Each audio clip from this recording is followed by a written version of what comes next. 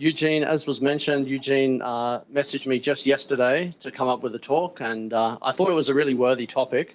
Sad that Greg couldn't make it, so I thought that I would honour the people who are coming to this room and wanted to hear this. And so as much as possible, I'm trying to give Greg's talk, but I am an entrepreneurial data scientist, a startup guy. I'm not a recruiter, so it is going to be a different perspective. And consulting in data science as well. So I'm a guy who is on the tools, but also managing people. So a big thing that I'm going to get across in this talk, I hope, is that data science is a messy business and it is for the curious and tenacious. So whether you want to take that to be data science isn't for me, or this is the direction of like how I should become a data scientist, how I should open my mind, that is up to you. And I will gently nudge you to other disciplines or in the IT space, like data engineering, if data science is not for you. And if we have, I didn't time this, Mike's going in and out. I didn't time this, but perhaps some job application tips, because at Microburbs, we have a ridiculous amount of data, and that attracts, like moths to the flame, that attracts a huge number of data scientists. So I see a hell of a lot of data scientist resumes. So I can tell you a fair bit about, here we go. Mic 3, testing. What to expect if there is time. So I'll conduct my own survey. Can anyone, can I get a show of hands for people who are studying computer science or IT? Okay, a couple. Majoring in data science or masters of data science, couple. Studying something else. It's a bit of an older crowd than when I wrote this. So, okay, we've got some probably some couple of mature age students there. And out of people, obviously most people here have an existing career, but out of those, who are thinking about switching to data science? Okay, there's a few. Yeah, I was all the hands went up for the AI before, but that's good. So when Eugene first showed me this event, shocking developments in AI, advice on moving to a data science career, I joked to him, don't you mean out of? Given what's happening in the world. Obviously, there's a lot of concern. I remember last time I was here, there was a couple of data scientists that were actually saying, I studied this, and they were just starting out, and they were like, oh my God, this ChatGPT is going to take away my whole career. I was going to show a video here, but for technical reasons, I won't. But basically, this guy is showing you, he downloads some Bitcoin prices in a CSV file. There are no explanations, and the thing does a great explanation and does all kinds of analysis for you without needing any kind of coding skill, just the ability to write it. And if you don't know, what Code Interpreter does is you can ask things in English and get guidance on how to do the analysis, and then in the background, it's actually running, I think, Python. Yeah, it's Python. That the user doesn't have to see. So it's actually executing Python and doing analysis for you. So that's something to keep in mind, particularly if you're wanting to start out as a junior in data science. I'm not saying for a moment that Code Interpreter is perfect, but if you're being interviewed by someone like me, I'm thinking, what can this person answer that I can't just get from ChatGPT? So yeah, maybe the hype is dying down, maybe not. I tried to cherry pick the ones that were making it like it was, but still there's a lot of excitement. There's a huge number of graduates coming out in data science, and I think that data science is by no means dead. It's still very hot. I have to do this slide. I have to do this slide in almost every talk. But when we're talking data science, we're talking about this intersection of stats, computer science, and business and domain expertise. And much of this talk will be about, hey, look, why is business and domain expertise important? And if you accept that it is, then maybe that's great if you already have an existing career and you have actual domain knowledge about stuff that you can bring to data science. But if you really just want to be in the code, just in the numbers, then you might consider data engineering. So you might say, look, I'm not a marketing person. I'm not a salesperson. I didn't do a comp sci degree to deal with people. I've sometimes in interviews, people have actually said that. I ask them, why did you do data science? I don't like people. Okay. You build models and it's fun. Yeah. So you copy stuff from Stack Overflow or GPT and you get a result and it feels like magic. I get that. And so data scientists do machine learning, and data scientists supposedly earn the most money. So I've heard that if you add the word analyst to any degree, you add 20 grand to your salary. So obviously then, and people still advertise for data scientists. So that looks to me like a pretty good mathematical formula for like, okay, therefore you should become a data scientist, yeah? I'm going to illustrate this with a problem which is like a mashup of a few corporate gigs that I've had. So if you imagine you're working for a fast food chain and they need a strategy on how to get more customers, and they're detecting people's mobile phones as they're going by the stores, and they can map it through some magic to their loyalty program. Yeah. So imagine you've got this table where it's like the loyalty ID, latitude, longitude, where they are, when, and then subsequently whether they actually purchased. So this is a very classic kind of data science problem called a propensity model, like what influences the chance of someone purchasing. Now I want to illustrate to you now that about 20 different ways in which you can create a model that is super accurate and also completely useless. So first, to cover off, data is messy, yeah? So imagine you've got all these stores, they're franchises, they're installing different hardware at different times, they have different territory managers, and some Wi-Fi routers will be more powerful than others. So food courts, for example, you're more likely to brush by the router than if you're actually in a store. So the conversion rate would look heaps lower for that. iPhones might not be providing identifiable MAC addresses. So one solution to this is to go, okay, I can't really look overall for the whole country because this is patchy, but if I control for the store and the time of day, so like what are the influences that affect the chance given a particular time of day? So if one customer walks by and buys and the next one doesn't, and then I look at the delta and the percentage chance, that is one way of doing a model to overcome this otherwise very crappy data. But let's assume that the data is clean. What would we find? So all the time I see people submitting models based on data, and particularly when it's commercial stuff, and they report that they have 98% accuracy. I say, good on you, but 98% is pretty high. Let's look into this. So one thing is, most naive of all, there's a 0% chance unless you're within specific lat-longs. So obviously, congratulations, you found where our stores are. 0 chance unless it's specific times. So they've discovered the concept of opening hours. The customer is not yet excited.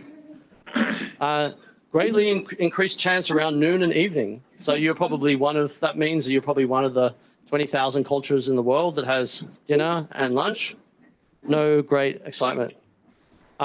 This is one that isn't so obvious, but comes up all the time. So I often ask people, these user-based models, a model will actually often find that a low user ID is actually a better customer.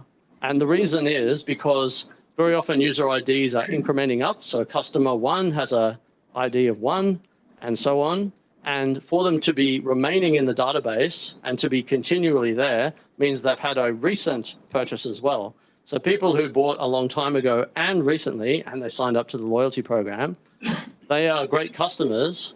That's fine, but this is not very actionable stuff because you can't then create more customers in the past. Yeah, so there's not much to do with that. Here's another one that we had. So whether they received a push notification. So I was actually at a company where the marketing department was very proud of a particular campaign that they'd done. And even more so, they mixed it into all the other stuff. And they were saying how they got a 50% conversion rate. But what had happened was people had already walked into the store at the point.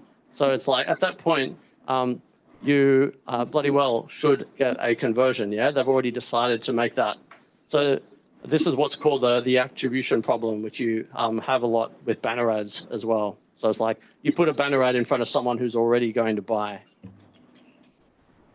So what I would usually do in my consulting, and this is how I always beat the internal people at machine learning, not because I learn them better, like I learned the internals of the organization, not because I have a degree in behavioral economics, not because I have the most complicated models, like I don't compete on Kaggle, I don't have some amazing model ready to go.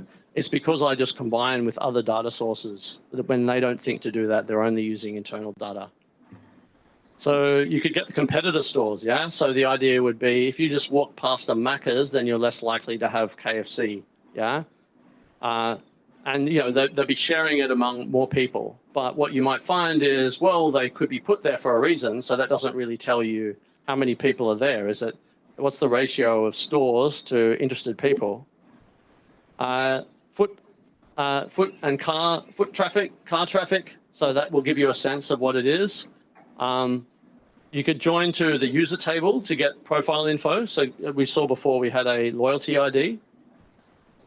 I've seen this one where I joined to a user table, but then it turns out they keep updating the user table. Yeah. So if you have last visit date in there, the model thinks it looks like a genius model here.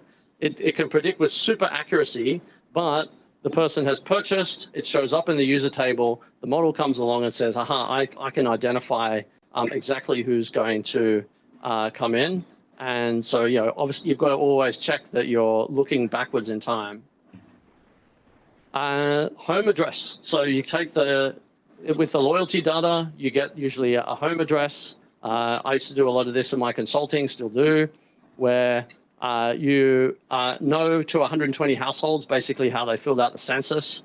And out of that, we got a very powerful model. So for every extra year of education, propensity declines 15%. In other words, they don't want smart, educated people. That turned out to be the strongest predictor of eating this fast food.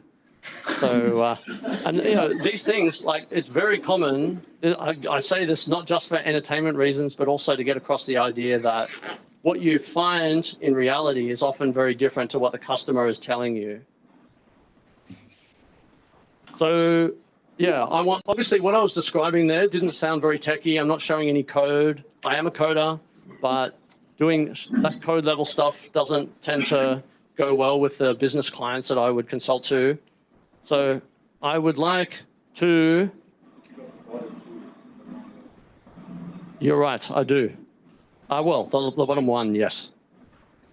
Yes, so data engineering is more this deterministic kind of thing. So if you want a spec and you want to go build something, then I think that's a great place for you. Productionalization of data science models may be sort of in between, but the actual main hard work is in working out getting models to actually work in the first place. So you think data engineering, you're creating pipelines as infrastructure, whereas for data science, you try out lots of different stuff, all kinds, throw lots of data at stuff. The main value is in the feature engineering, just trying out until you find stuff that works, and be prepared to throw away loads and loads of code. Yeah, just don't get attached. So data engineering integrates into the process of the organization. You know, it's critical infrastructure. Data science is more like open, it's discovery. So if you want to be cynical about all this stuff, like, this is how you should present yourself if you want to get a job in data science.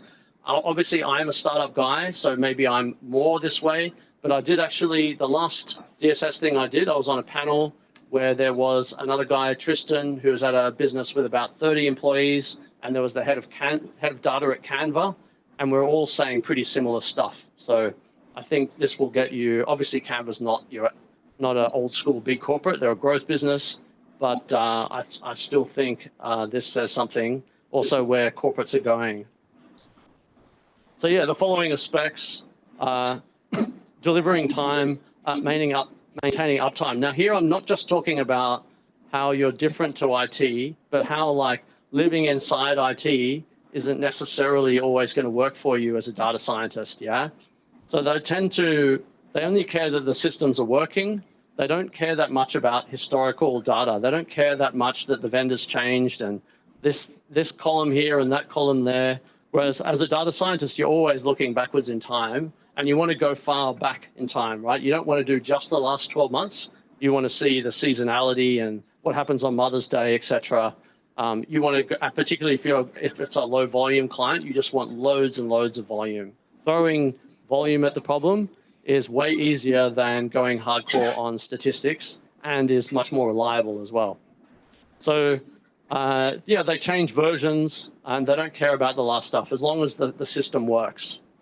So whereas, yeah, you will need to capture other data sources as well.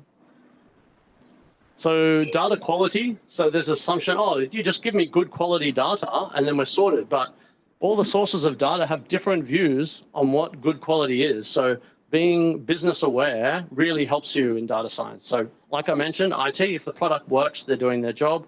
Finance, they have all of these like old school standardized ways of doing analysis, and you know, the aggregates have to all add up and they need to double entry bookkeep and stuff. But usually they're not getting to the granularity that you want as a data scientist.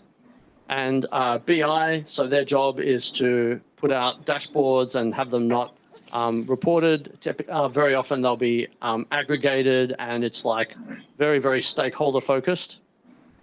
Sales, they obviously want to know their commissions, who to call next. Marketing wants marketing to look good, so they need to be able to say that their campaigns are working. And customer service, obviously getting people off the phone and getting good ratings.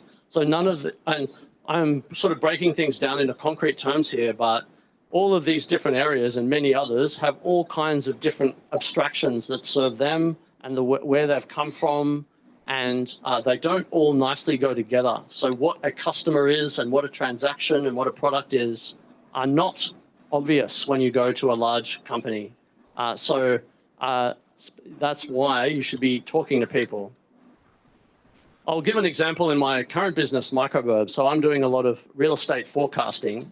And one of probably the most golden rule of the real estate market, so looking at capital growth over time, is mean reversion. So what goes up must come down again. So we've got data going back to 1990. That's the biggest thing of all, is much more than momentum, which most people think.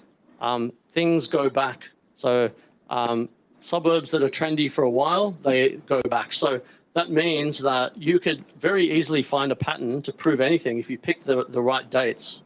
But then if you look at the subsequent period, if it's the same time period, you might find that it's actually you could have completely the opposite finding. If I had a bit more time, I would have shown I have this graph, which is correlation of postcode, thinking of postcode as a number, and capital growth. And it's this sine wave like that. So it's like, you know, WA and South Australia going awesome, and then it's Sydney, right? So other way around there. Yeah, so there's another example, like you need to a hell of a lot of domain knowledge to be doing real estate analysis. I posted this one up before. So obviously data science is maturing, and so you've got on the left side more this hype-driven approach to data science, where you take an input table, you just make the assumption that it's clean, it's not your problem if it's not. Bring in some bleeding edge models, and so that you can pad out your resume and sell it as another step towards deep AI. Don't worry too much about the business assumptions. You're a techie, that can go later. And at the end of the day, your manager gets to grow headcount and you get a better job. What you should be doing, and the people that survive in the space are doing more, give me lots of data from lots of different points of view, talk to the business, find out what the hell things mean and what they understand, because they'll know lots of things that aren't in the data.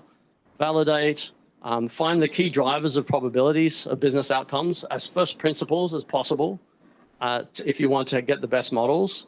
And then they become actionable insights and genuinely production models that you can rely on long term.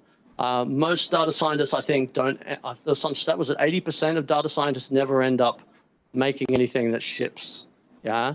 So I like to make things that ship, And a part of the reason is that I have simple models that are easy to deploy, but they're using different data sources, and it's very unambiguous why they should work. So, character traits for data scientists. So I think one of the biggest complaints talking to other people who manage data scientists is that they get stuck in rabbit holes. They go down certain tracks, and you need to keep pulling them up. So there's a lot of self-discipline involved in saying, look, I'm going to do this. I'm going to explore this for an hour, and if it doesn't bear any fruit, I'm going to check in and just be prepared to throw that away. Beautiful thing about Jupyter Notebooks is that they are these sort of this throwaway medium. You don't feel too bad. It's not the same as if you're building a massive Java object relational map or something. Yeah. So yeah, you need to have a lot of discipline. You need to check yourself and be able to criticize yourself and where you are. What I like to do is write comments as if I was describing things to the client. So it's like a client who doesn't understand code, a client who doesn't care about things that are like novel and efficient, the client who wants to make money. So empathy. You don't have to love your customer. You don't have to be great friends with them, but I think it's very important to understand their point of view. Stakeholders as well, and people often forget about vendors. So very often it's a question of like calling up the vendor and finding out what the hell does this data mean? I found this unusual column. When this column happens to be a blank string as opposed to null, it has a massive effect on the model. I want to know what the hell that means, yeah? So they know valuable things that you don't. So data is not a pure reflection of reality. It's just something that gets generated at certain points along the cycle. And yeah, they're not going to accept your results anyway, unless you speak their language. So you go in and it's like, okay, I'm talking to product people. I'm going to use product language. Oh, these are sales people. Now I use the sales language. And yeah, so understanding what insights help each stakeholder. So part of this game of getting really good data is also about being friendly with lots of people. So you can make a slide deck with 20 slides, and then you'll say, well, who benefits from these? Yeah. So you say to your boss or your client contact, how can we best make use of these? Because there's going to be insights that benefit all kinds of people from their political point of view. And in exchange for some favor, you then get data. So yes, this panel, we all mentioned curiosity. So being able to really think from many points of view. There are all kinds of actors that influence decisions, and you have to be quite rigorous about like, what are the things that drive these more than others? No one has the full picture. There's always surprises that come through. There are things that they know that you don't. There are things that they know that you'll have to accept that are not in the data. But as far as the data goes, I always find there are massive improvements in model quality to be found that no one expects, no one's saying it. Very often, things like customers are much more specific. So their target market is much more specific than they think. Or something that they said is fixed is actually still broken. Yeah, so many people interacting. Yeah, I mentioned that stuff. Yeah, so you can get at being a polymath. Yeah, so if you have other interests and you have a career in something, I would leverage that as much as possible. Even if you kind of like you're over your career, I would really try and think about the bits that you enjoy, go off and analyze them, keep that with you. That will give you the edge. Yeah, so for me, like I'm interested in markets and human behavior, particularly where there's a large number of humans. I'm interested in obviously real estate and geospatial, but I would never do a physics or a chemistry or biology thing because A, it doesn't interest me, and B, I wouldn't even be very good at it because I have very little knowledge of that stuff. I think it's a mistake to just take on any customer or employer just because they have data. So yeah, I think I illustrated before, it's very easy to come up with a model that has great precision and recall, but is complete crap. So not usable stuff. So customers can shoot down your analysis very quickly if you don't know what you're doing. So they may know better. They know about specific examples. Your analysis may simply be bad. Your data, the input data might be bad.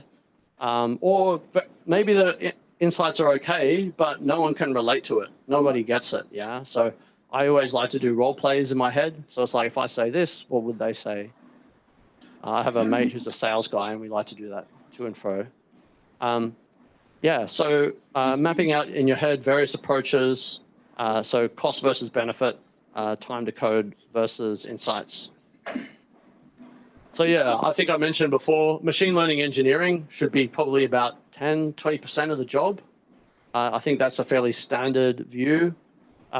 There's rapidly diminishing marginal returns. So you can put more effort, get your gradient boosts in there, and you can get a little bit better.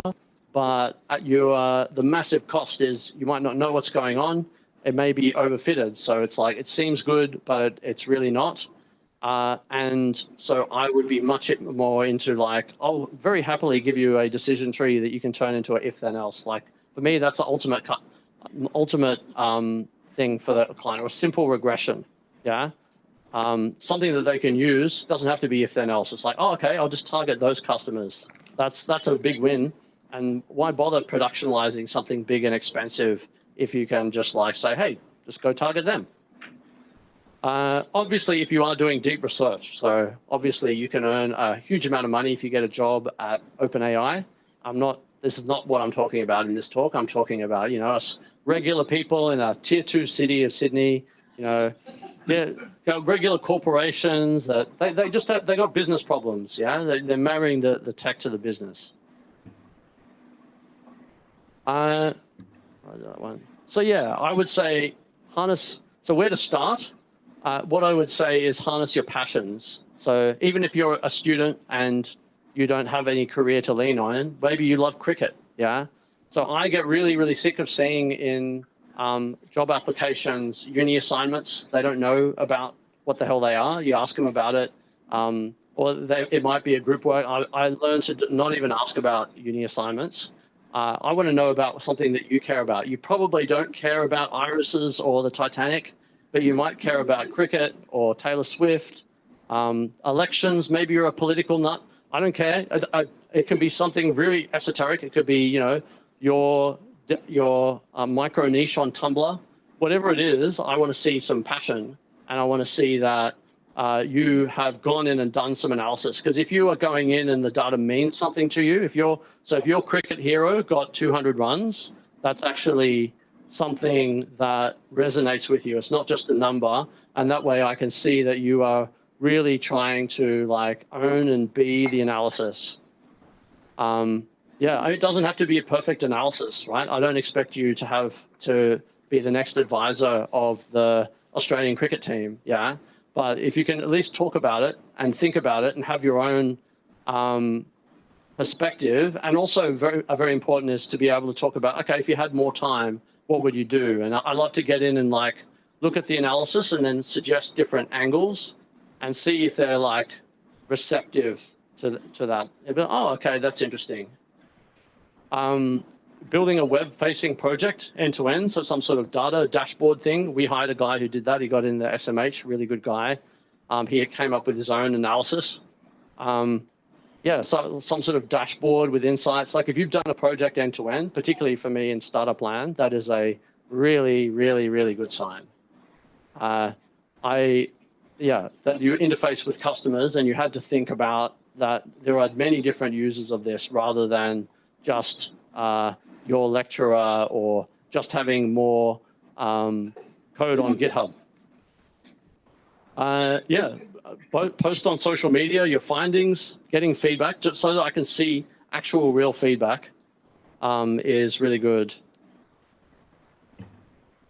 Claude, we saw in the last one. So I was quite inspired by that last talk to dump our code base into Claude and get it to find all the bugs. So I think obviously another thing you can do if you want to get into this is like talk to the LMs. Everyone should be doing that these days when they want to learn, particularly if you're at a earlier stage. So, but 101 on anything, I think these LMs are extremely useful, and getting that critique on your code. they're pretty good at like looking at variables. So they seem to be better than the average human at like looking at a column name and inferring what that might be, even though it's a string. So, oh, this, like that Bitcoin example, it was like inferring what would be the buy price and the sell price, even though it was just a couple of letters. And yeah, so I would advise not making a total clean break. I would really leverage what you already have. So don't think of data science as this pure thing where you're becoming a machine learning monk. I think it very much in terms of just having more power and more tools to build on what you already have. Broadly speaking, I credit Eugene for talking about this with me, where we often talk about how to hire good people. So the philosophy of critical thinking, yeah, not taking things for granted, scientific method, take a step back. And then broadly speaking, if you've got an area of interest, then there's numerous books that you can look at. So economics, behavioral economics as Freakonomics, or politics, the signal and the noise, morality, culture. These are really good books. There are going to be many more based on your interest. But if you take an interest and then you search for that interest and statistics on Amazon, I think that would be probably a good start. And you would wow the interviewer being able to genuinely be passionate, not just ChatGPT said you were passionate in the cover letter. I reckon about more than half of all applications now, either it's ChatGPT or it looks like it. And you get really sick of vibrant, dynamic, they're just throwing in everything. Like, I don't know who you are. Why don't you just say specifically what you've done and what you are, as opposed to something else? You're not just like awesome at everything. If you can, obviously this gets easier as you get more senior, but talk to players in the target industry. So if you can talk to your interviewer, particularly if they're more senior or they're a founder, how are data scientists perceived? There are different industries with different lays of the land. So actuaries are very powerful in insurance. They've been around for a long time and they provide great service, of course, love you guys. So actuaries are doing similar work to data scientists. So if you understand that, you understand the industry that you're presenting to, that you're trying to get into, that goes a long way. So are the data scientists really doing the work that you expect? Very often they end up just cleaning spreadsheets and doing IT stuff. They might have to go build a dashboard because people get hired on the hype, but then they just aren't that useful. They can't be put to use. So obviously you're not going to, a lot of these things I describe here, obviously, I'm 47 years old. I wasn't doing all this stuff when I was 20, but if you think about where are you going in your career, I think you could start by, a way of thinking of it is you start with the rigor.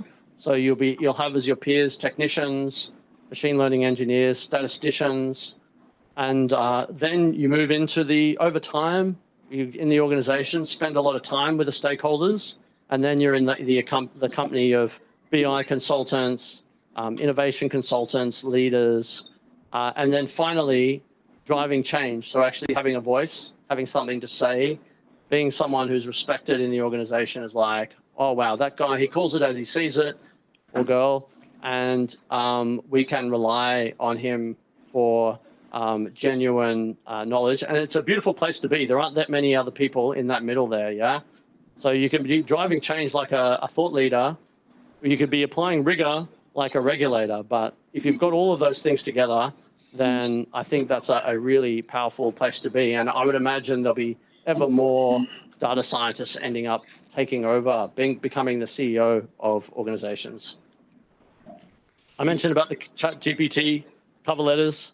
I was thinking the other day, maybe I'm going to put, every time someone sends me a ChatGPT cover letter, maybe I'll put that back into ChatGPT and say, what was the prompt they used? Maybe down, among the 3 paragraphs, maybe there is some little nugget. I hate having to go through 3 paragraphs to get, oh, wow, you actually did something. You actually asked someone, yeah? So just don't do it. More broadly in general, like ask your, particularly for the uni students, ask your friends, how are you applying for jobs? Whatever they do, don't do it. Do different stuff. There are so many, like, okay, we have a lot of data, so it's very easy for us to attract data scientists. We get a lot of them, but yeah, I would like just run a million miles, attract attention however you can. All these buzzwords. I asked GPT just for a list of them. Innovative, cutting edge, analytical, data driven. It's really hard for me to read this. This is like passionate is huge. Yeah. My favorite is proven, a proven ability when there's no such proof. Yeah. It's the exact opposite. Yeah. So I would, in these cover letters, I would just get straight to the point. Why are you different from most of your peers? Then in the interview, I ask, so why do you want to join Microburbs? And then they say, well, I did this and then I did that. And now I have a data degree and now I want to work in data. Well, that's nice. That's you. What about us? Why do you want to work for Microburbs? Yeah. It's like if you, it's like if you're going on a date and you only talk about yourself, what is the date going to feel about you? Yeah. So what are you bringing? So if you only care about yourself in the job interview, why do I think that you're suddenly going to start caring about the company in the job? Yeah. So it's great to have background knowledge on the company. So don't simply say that you want to work for us because you want a career in data. That doesn't make me feel very special. I can tell you, there's a lot of data companies out there. Don't bullshit me. So don't pretend to know something when you don't, because I will ask a follow-up question. And that's just like, so if you're going to bullshit me now, like what's going to happen when it's some critical infrastructure that you have shipped or you've given me some important analysis, like you're starting the relationship with no trust. So it's like, you're out. I'm very happy when people say, I don't know, but I'm willing to learn. Tell me more about that. A huge thing I use in job interviews is like, are they really going beyond simply what they plan to tell me and what they understand? So can we actually have a conversation? So one thing, if I'm lost for words on what to ask them, I just talk for a few minutes and then I say, just summarize what I just said. Just give it back to me. And that really, people get shocked and they're like, they start saying stuff that they remembered about Microburbs from online. Like, no, that what we shipped, that was our business 6 months ago. Like, we're working on new stuff. Tell us about that. Yeah. So seeing things from other people's point of view. So a big question I always ask is like, okay, explain this to my grandmother. Yeah. She doesn't have a degree. She doesn't know what a correlation is. And it is really tough. Yeah. Don't list loads of technologies if you don't understand them. Just really draw attention to unique things. Sample code. Don't like it. Like most of it is just crap. Everyone has it. It's nothing, right? I don't care about your uni projects. I mean, it's sad. I'm sure there are some really awesome uni projects out there, but I think I need like ChatGPT or Claude to get in and find the actual gold in there. That's something that's where they've actually done something extra, because there's so many GitHub repositories. If you tell me it's not a uni project, I'm much more likely to listen to it. So all of this recipe following and sandbox stuff, like, okay, running through the big thing for me, it's like, it's a hard question. Most people can't, but like, show me a Jupyter notebook where you've learned something and then it changed what you did. So you go, oh, okay. Are we running low on time or we're good? Yeah. So yeah, where have you actually, you saw something, you saw a graph and you go, oh, it's not really that thing, it's that thing. Therefore, I'm going to change what I'm doing. That level is like, that's the mastery level where I go, I need to pay attention to this person. Yeah, stay away. Like, I don't really care about bleeding edge technology, but like, I want to show that you can actually like make use of stuff and get stuff done. And don't tell me that you got 98% accuracy in something of its own. Like, yeah, I'm sure I could get to 100 if I find an even worse column than you're using. Yeah, so end-to-end projects are awesome. Analysis, so your thoughts, having unique thoughts on things, a growth mindset, these sort of things are really powerful. And like I say, you don't have to have a complete project. You don't have to be a total expert, but you have to be open on how to improve. And wow, I got to the end. Do we have, I'll invite the room for questions or? Oh, yes, you can. Okay. Oh, sorry, this is Eugene's job. I'll say it much deeper, more authoritative. Down here. You need that. Yeah. Questions? Does anyone have questions? Do you think there's a difference in applicants for small to large organizations? Yes. So what I describe here applies more for the smaller than the large, particularly if it's a incumbent large. So there's obviously sometimes people just need a data scientist. But having said that, here's a point I didn't make properly is that this code interpreter stuff is catching up to you. So if you're starting out low and if you're not really super valuable, like make sure you've got something that you can bring to a larger organization. Obviously, there are other skills to do with getting along with people and spending a lot of time understanding the structure and things. Yes, I think it would still, I had no trouble getting consulting work in large organizations, despite not being as a recruiter would ordinarily tell you to present yourself. So, I have helped large organizations hire, and I still carry the same kind of mentality for that sort of job as I do for when I'm hiring for my startup. Question. Yeah. So, I don't have any background in data science, but I like to get into it. And I probably won't have time to go back to uni at this point. But what do you think about boot camps and all this stuff that's around?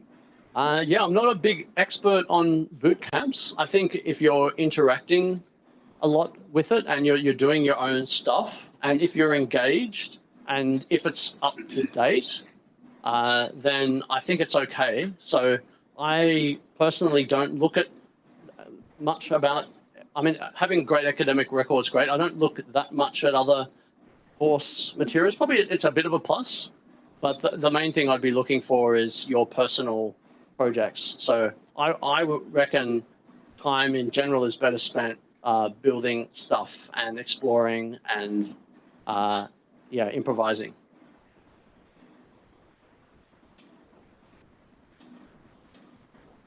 So, if you regarding consulting, you have a consulting project that there is not enough data just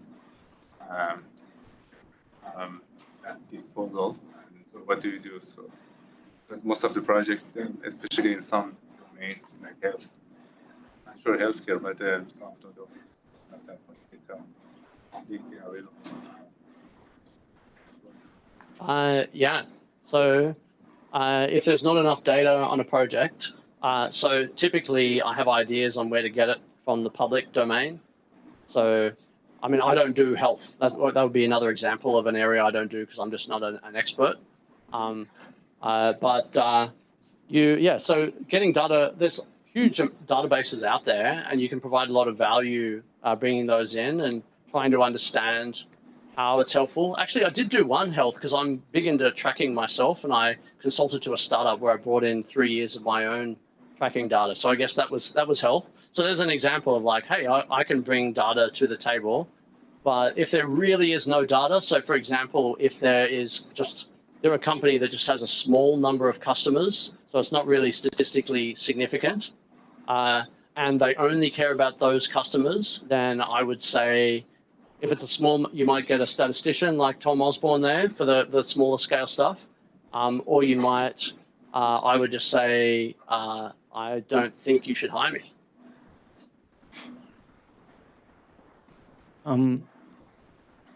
What would be your feedbacks on things? What would be your feedbacks on students who are still at uni on a controversial controversial thing of tools versus the field expertise?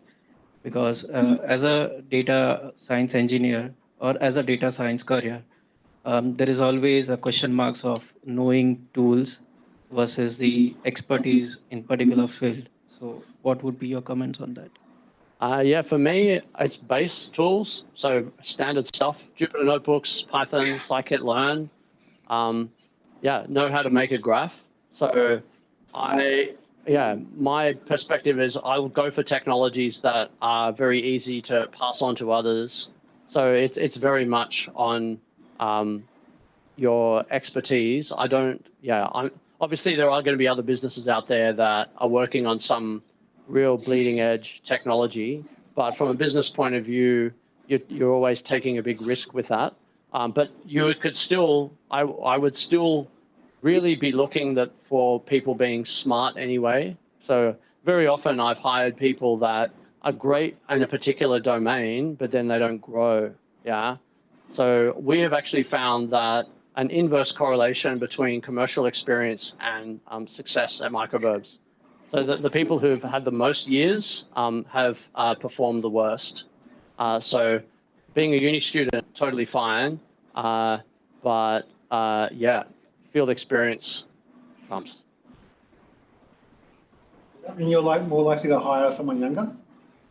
I'm open to all kinds. I'm non-discriminatory, but there tends to be a lot of good people in universities, and yeah, there's a lot of unused talent in part-time work, part-timers. It is said that young people have a particular, if you're young and smart, you have a particular advantage if you can talk to a GPT. I think it's not so much age as like openness to experience, yeah? So you should have that as a data scientist anyway. I am an old man, but I like to think that I am still open to new things. So yeah, you can be old, that's fine.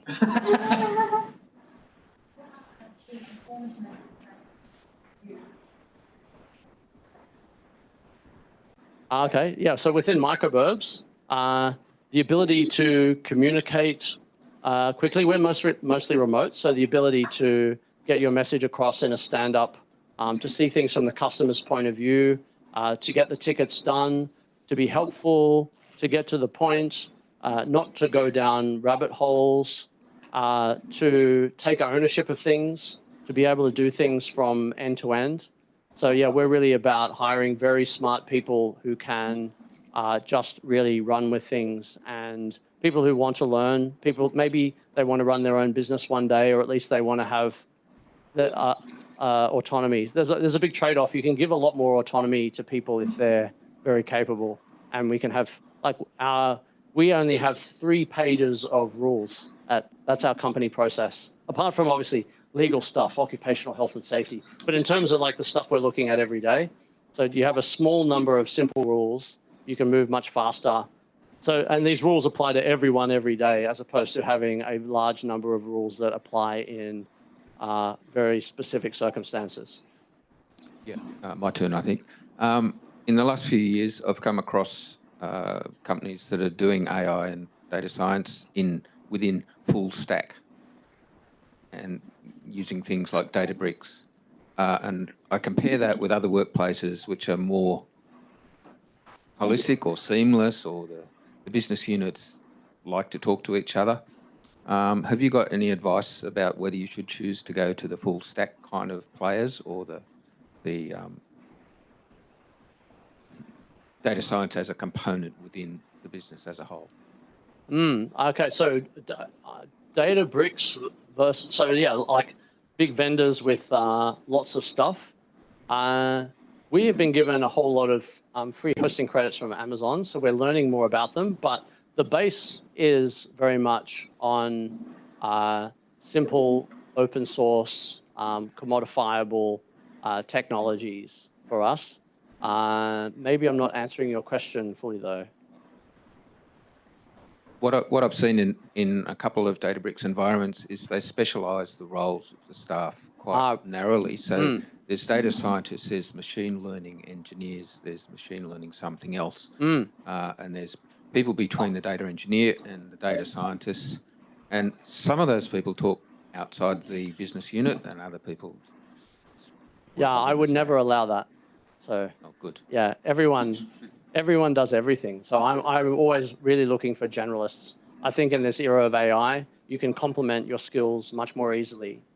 So I've got a guy who's he graduated and he's become something like our CTO now because he always knows what GPT has to say on any subject.